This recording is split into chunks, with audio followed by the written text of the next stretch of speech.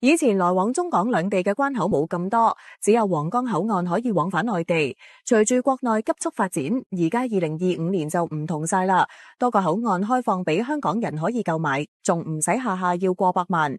而家20幾萬已經可以出到牌。鄰近粉嶺嘅蓮塘口岸可以隨時經此口岸帶住屋企人往返內地旅行探親、商務、做生意、自駕遊旅行，幾時返去內地都可以。住喺香港北區嘅客或者九龍嘅朋友，揸車去到粉嶺經蓮塘過關非常快，只係10幾分鐘嘅路程，時間已經可以到內地飲食或者消費娛樂，一家大細周圍去玩。你睇下自己嘅小朋友或家人幾開心，而長者我哋更加安心又放心。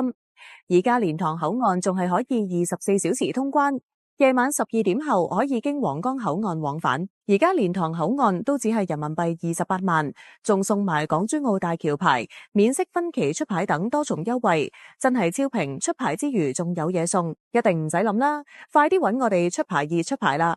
電話27777747，車牌2出牌2。